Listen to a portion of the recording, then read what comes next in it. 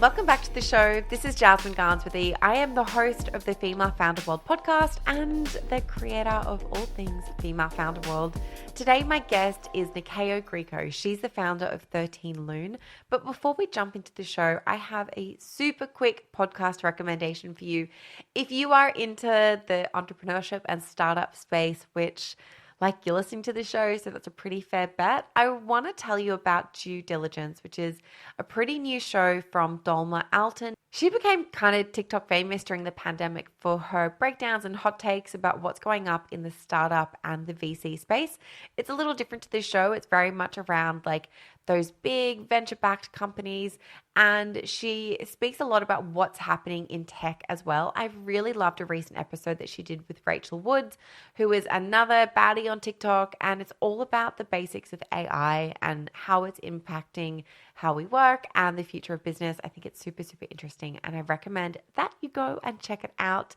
There's also another resource that just dropped in your dashboard if you are a Business Bestie member, and that is a recording of a recent group business coaching call with Lindsay Holden. Lindsay is a beauty entrepreneur. She is a former buyer at Target, and a lot of the questions that came from the community during that call were all about how do you get into a big box retailer? And she was very upfront and very honest about how to make that happen and some of the challenges about executing on those partnerships as well. It's definitely a must listen if you are in this consumer brand space and you want to launch into big retailers like Target and Walmart and Ulta. So definitely go and check that out at bestie.femalefounderworld.com and log into your account.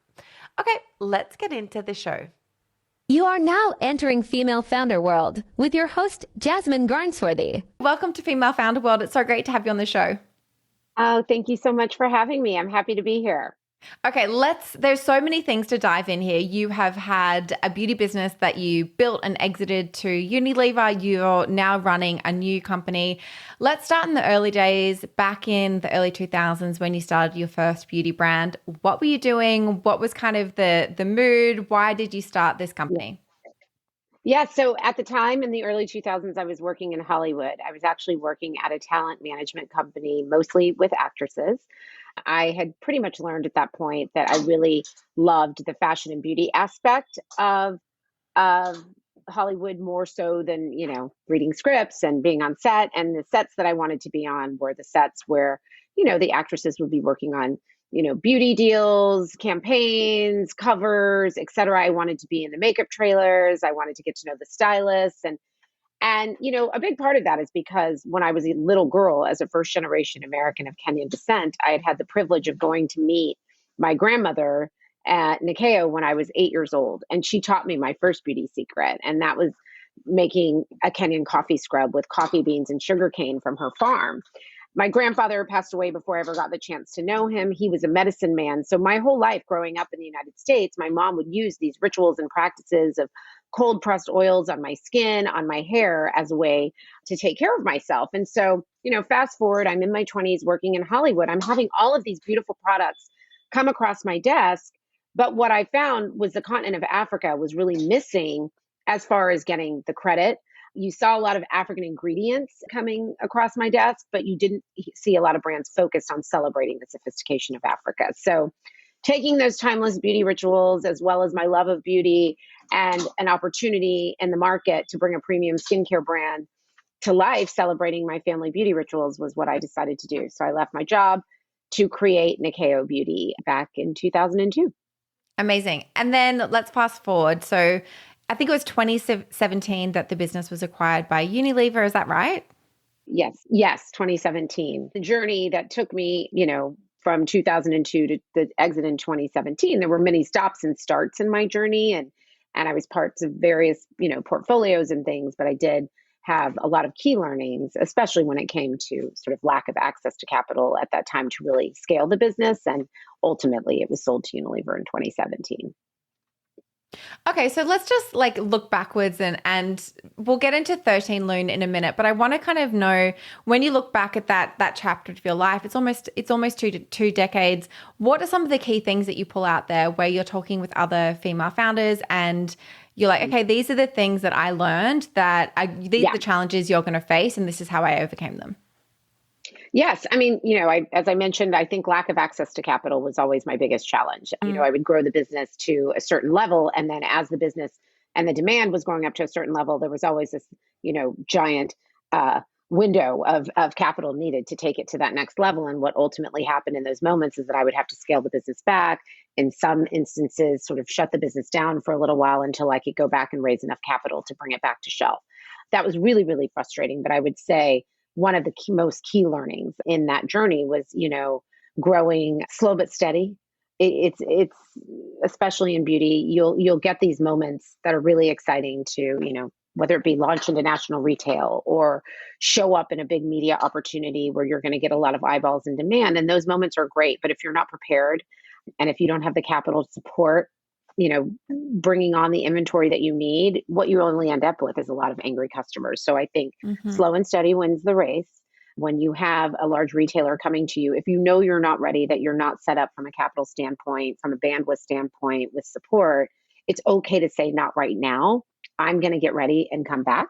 I think people always worry that like that chance will pass you by, and it's better to do it the right way than to go to shelf to not survive. So be really mindful in those opportunities. Don't hold back because you think you're not ready. Just get yourself ready enough and have the conversations to get ready enough. I think also ask for help. Generally people want to help each other.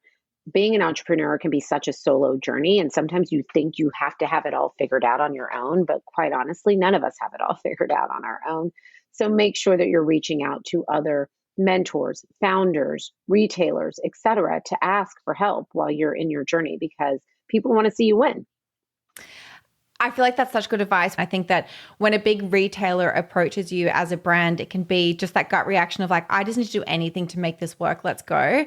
And I think that, there is a level of not wanting an opportunity to pass you by, but you only get that launch once and you want to do it right. And sometimes it's just not the right time. I think that's such an important thing to mention. Or, when it comes to, say you do say yes, say you sign up for this commitment, even if you're, a little worried that you're not as prepared, ask for help, ask for support, talk to other brands that are at shelf and other brand founders that are at shelf in this location, ask them for key practices, how, and ways to win. And, make sure that you've got the capital to support. It is frustrating. I always also tell people, don't be deterred by the stats. I can't even imagine what the stats were for people of color, women of color raising money back in 2002. And I knew where I wasn't able to raise money, and I didn't spend all my time focusing on trying to break that ceiling, that wall. I went to friends and family. I learned about different angels. I studied different accelerators, grants, etc., just to get the product to market. So also know there's many avenues to get yourself, not only prepared from a brand perspective, prepared from a supply chain perspective, but to get yourself financially prepared before you take advantage of these awesome opportunities. And I just want to call out as well. So we have on the Female Founder World website, for folks who are listening, we have a free grant guide that you can download. It's on the homepage, and it's literally a guide to all of the different grants that are available in 2023, application deadlines, who is eligible to apply, because so many of the founders in the community are finding this issue with like, getting funding is so hard from traditional VC investors. So the grants are a really great way to get yourself off the ground. So yeah, use that resource. Absolutely. Amazing. Yes, absolutely. What a great resource. Yeah. So let's fast forward a little bit. 2020, you launched 13 Lune. Talk to us about what that is and why you thought that there needed to be a company like this on the market. Yes. So, in 2017, as you mentioned, Nyakio had exited to Unilever. I was still working with the brand at the time. And in 2020, we're in the midst of a global pandemic. We were also at the most heightened moment of systemic racism of our lifetime. And as a result of that, I and myself, so many other founders found ourselves on those lists, top Black owned to shop and to follow. And all of these lists were circulating, truly globally. And for the first time in the 18-year journey that I had with Nyakio up until that point, I'd never received more attention, more DMs. I saw the sales of Nyakio at the time it was being sold at Target climb exponentially. And I quite honestly found it very confusing, as many founders did. Why is this what's catapulting our careers, on this precipice of this horribly heartbreaking time for all of us and confusing time for all of us. And so as opposed to sort of getting lost in my pain, I decided to be in purpose. And so I just started shopping the lists. And as I discovered these lists, quite often as a Black woman in premium skincare, I was often the only, So, wow, did I feel a lot less lonely when I looked at these lists. But then when I started to go down the rabbit hole and study their brands and go to their Instagrams, I realized they were beautiful, clean, efficacious brands, rich founder stories, connecting with them on DM, getting to know them, sharing our experiences, but seeing that they had very little distribution, some of them very few followers, really incredible products I was, enjoying ordering and using at home. And I decided that I wanted to create the retailer that I wished I'd always had. I wanted a place, as we were seeing, the 15% pledge, a beautiful initiative happening. There was this disconnect for me as a beauty founder, now turned beauty retailer, and how it was so hard to get to 10 brands on shelf or 13 brands on shelf when I'm on a list of 500. I also wanted to debunk the myth because I was getting asked by a lot of people, sadly, when it came to the Nyakio brand, can I use your face oil if I don't look like you? And every time I would see something like that come through my DMs, I couldn't believe, well, everybody has melanin. Melanin doesn't just mean dark skin. Every single person in the world has melanin.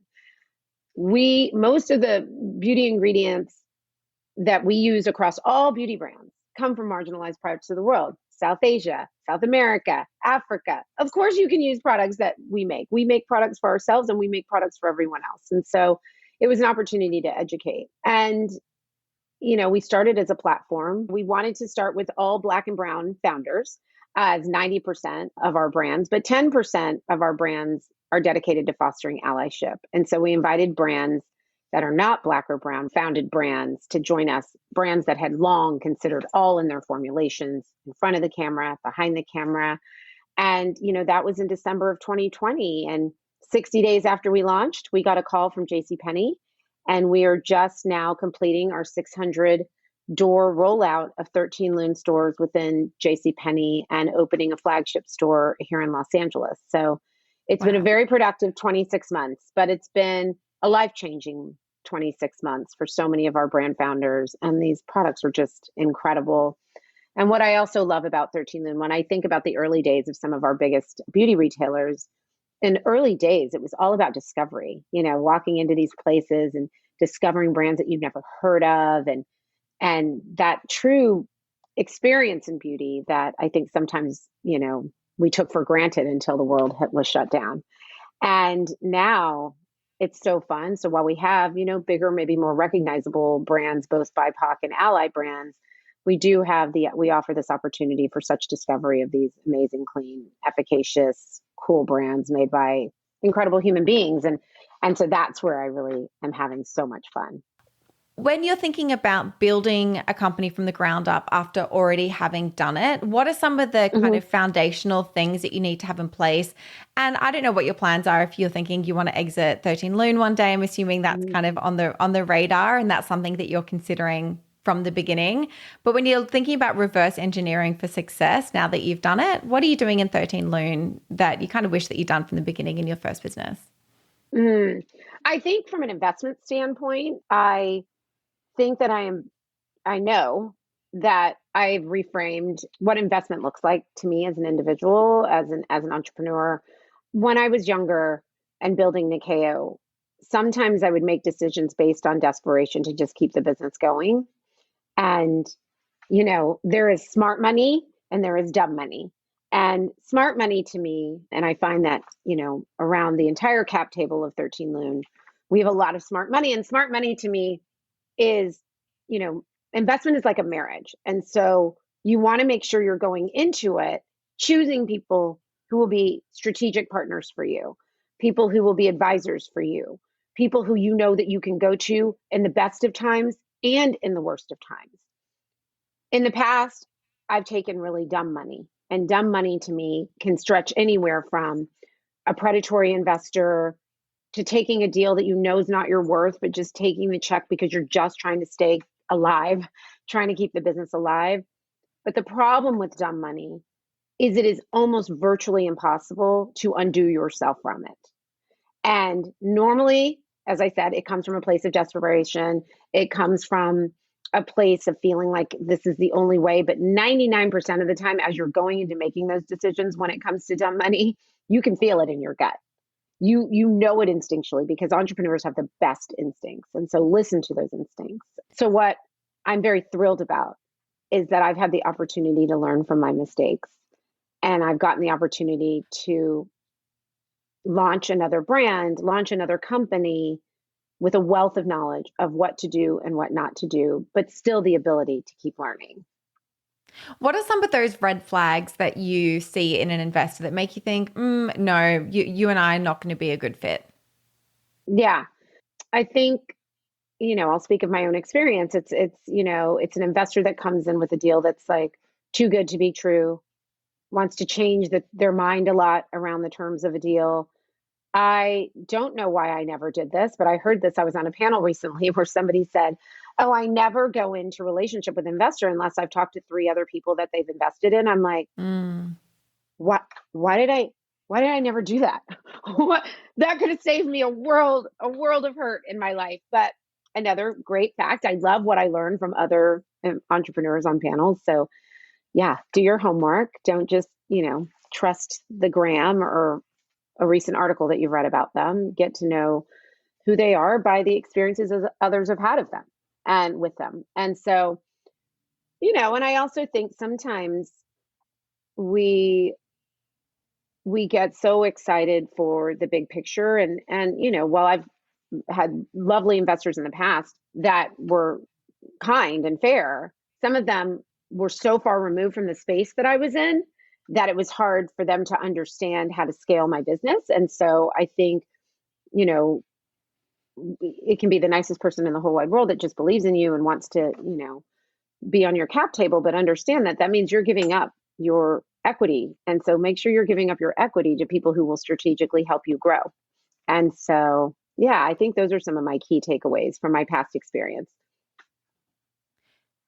When you're talking about launching a new business, and you've obviously made a huge impact really, really quickly with 13 Lune. Like, you've only been around for a few years. You have 1,600 stores within JCPenney and now a flagship as well. And I see the business everywhere. Like, I see you in articles. I'm seeing it covered everywhere. I'm seeing it on social. From a perspective of like creating buzz at launch, what is working now? Because things are obviously very different to when you started your first business. Yeah, it's so interesting. When we first launched 13 Lune in December of 2020, I mean, we knew we had some really interesting people on the cap table, Sean Puffy Combs, Gwyneth Paltrow, early angels that were talking a lot about the brand. And I think that's sort of how, some of that buzz happened. But I also think it's because we did something that's never been done before. It's the first of its kind, truly inclusive beauty retail platform. It's not just there are amazing, wonderful platforms that are, brown for brown or black for black or circulating just within the community. And we are black and brown for all. So that was something that had never been shared. We flipped pledges on, in different ways by saying we're 90% BIPOC and 10%. So I think there were so many interesting details within the structure of the business that had never been done before. So I think that made it an interesting thing to cover. I also think that we were living at a time when everybody was just trying to do the right thing and move the needle forward for inclusion and diversity. So timing was everything. Where I think that we are really continuing to generate buzz is obviously rapid growth. We always knew we were going to be omni-channel. We definitely didn't know that we were going to open 601 stores within the first 2 years, but that's exciting and life-changing for all of us. And, Wow. it is really exciting when you have a business that has high growth, but it's also, there's a big responsibility on us as co-founders to make sure that we stay really focused on our goals and really focused on our pillars. And so, we're very nimble. We're both second-time entrepreneurs. We have both made a boatload of mistakes in the past that we have learned from. And we listen to one another. And I think that in that listening, what we're finding is that really focusing on our own D2C, focusing on our, stores at JCPenney and now our flagship has really served us well over the last 2 years to, wholly focus on those three pillars and wholly drive home that story of those three different pillars. And now as we continue to grow, we're starting to explore international opportunities. And that I love, yes, I was born in the States, but I'm a Kenyan girl who's never sold a product into another country. And so that is really exciting that I'm going to get to show up in places where I have family, places I've always wanted to go, places that, Ooh. really inspire some of the most beautiful beauty traditions and rituals in the world. And so just starting those conversations now, but excited to see where we decide to go. Okay, super exciting. I'm not going to push you on that. I'm sure it's all very hush hush at the moment, but that sounds Yeah. very exciting. One Yeah. of the challenges that founders talk to us about as they're scaling is hiring, building a team, finding really great people to come along with you. You have just scaled so quickly. I'm sure this is something that a challenge that you faced multiple times, both in your first business, but also now in a really rapid kind of fast way of having to grow this team to be able to like fuel that growth and really big goals that you have. Yeah. What tips do you have? Where are you finding great people? How are you bringing them on board? Who do you hire first? Talk me through the lessons. Yes. What's interesting about a company that launched in 2020 is that we were a company born on Zoom. And Yes. so we had the amazing opportunity to just hire for talent. And so a lot of our staff is all over the country. That being said, that's really hard on culture. There's something that, excuse me, there's something that cannot be replaced when it comes to in real life contact. Zoom fatigue is real. And so we are really, really focused on, continuing to expand the team when it comes to talent and not being limited in location, but also making sure that we're prioritizing culture. When are those in real life moments happening, whether it's all team, regionally, on each coast, et cetera. We've leaned very heavily into, agencies, but where I find that we are finding the best hires are, it's old school, word of mouth.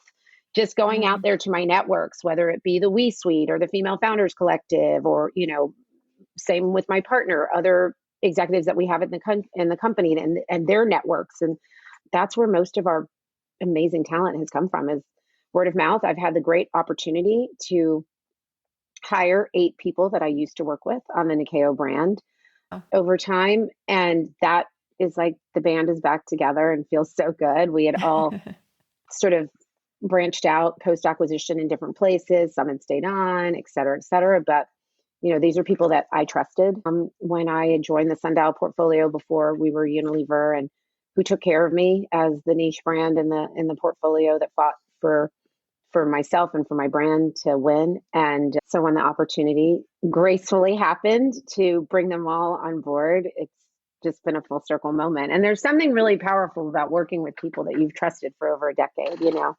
So happy to bring the family back together as well. Can I also just say that is such an amazing endorsement to you as a leader, that you were able to bring all those people who had worked with you before back onto the next mission. Obviously, they really believe in you, loved working with you before. And I feel like that's such a great endorsement for bringing new staff members on as well. It's like, hey, look at all these people that have worked with me for years before, and they trust me and they loved the last experience, and they're coming on board to this new challenge. So I think that's pretty cool as well. Yeah. No, it's great. And then the new talent that they've brought to be on their teams, from the other places that they had worked after the Unilever acquisition. And that's great. So now I'm getting to know all these new people, but I already trust them because they're with people I trust. So it really, and even, while we speak about the 90-10 at Shelf, we also really focus on a hyper inclusive, diverse team as well, not just even in regards to race and to gender and sexuality and et cetera. So it's fun. It's a lot of fun. And there's just, there's days I just wish we could all go to the same office and be together, but I'm happy that we are connected through the mission.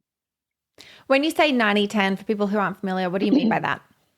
Yeah, so that at Shelf, 90% of all brands, and forever all brands carried at 13 Lune, are created by Black and brown people from around the globe who make products for everyone. And 10% are dedicated to fostering allyship. And ally brands, as I mentioned earlier, are defined as brands that long before the racial reckoning of 2020 were brands that were not Black or brown owned, but brands that were really considering all in their formulations and their campaigns and their C-suites and their hiring in front of the camera, behind the camera. Brands who had been allies to me and my growth as a beauty entrepreneur. And so they're part of the 13 Lune family as well. Amazing. The last thing that I ask everyone who comes on the show is for a resource recommendation. It could be a book, a podcast, a community that you're part of, an app that you use, just like something that's been helping you as you've been up-leveling as a founder and as a leader. Yes. I mean, gosh, I have so many resources. I do love to read. And so I've just recently, and I love autobiographies because I find I learned so much through learning about other people's true stories. And so I just recently finished the Michelle Obama book. I like to read my friends' books. So my friend Candace Nelson just wrote a book called Sweet Success. I think that's a great resource for entrepreneurs. But, another resource I love are, meditation apps. I use a meditation app called 10% Happier. I was new to meditation. I mean, now I realize, I guess I was always meditating. I just didn't understand that I was meditating. But then when I decided that I really wanted to take it more seriously, that was the first app that I used that sort of gave me permission to not be the perfect meditator. And I like short meditations. I like 8-minute, 10-minute, 6-minute, sometimes 20, but for the most part, I do it right before I nap, and I nap every single day. I think that's a great resource. Amazing. Okay, hold on. I need to talk about the napping daily. This is my dream and my life goal is to nap daily. How do you fit that in? So it has to be scheduled or it won't happen. So I will look at my schedule, and sometimes it's at 10:30 in the morning. Sometimes it's at 3 in the afternoon. Like, I don't wait for myself to feel tired to rest my body and nap. You set your clock for 37 minutes. I will listen to a meditation. Sometimes I'll just do my own meditation, but that will take me, and I don't meditate sitting up, I meditate laying down so that I can easily fall asleep. So I will meditate for like 5 to 9 minutes. And then I will, at the end of that meditation, surely fall asleep. You have to set an alarm though, and you have to put your phone far away so you don't snooze or anything. So then I'll go to sleep. So then about 25 minutes later is when the alarm goes off, and I've gotten a 25 to 27-minute nap in. And then you have to get up to go turn your phone off, and you will feel like a new person. It will feel like you've just had a night of sleep. If you let it go too long, it does the opposite. Then you're groggy and miserable. But starting with the meditation first and keeping it to be like a simple meditation where you're really clearing out and letting your body's rhythm slow down, you're going to fall asleep. It's amazing. Okay, this is one of my favorite recommendations that we've ever had on the show. I'm going to try this. The day nap thing sounds amazing. Daily nap. And like, give yourself permission. I was raised by 2 Kenyan parents that used to wake me up early on the weekends, like very loving parents. They were like, you can, why are you sleeping? Why are you wasting time? And it was only when I started to burn out as an entrepreneur that I realized that I wasn't resting enough. And when you're not rested, all the wheels fall off. So take your naps, kids. Great tip. Okay, Nyakio, thank you so much for coming on Female Founder World and sharing all of your tips. It's been amazing chatting with you. Thank you. Quick shout out to all of our Business Bestie subscribers. If you are loving this show and you are building a consumer, CPG, or e-commerce business, or you're about to build one, this membership will give you access to the people, experiences, and the tools that you really need to build your dream business. Head to femalefounderworld.com/subscriber for more.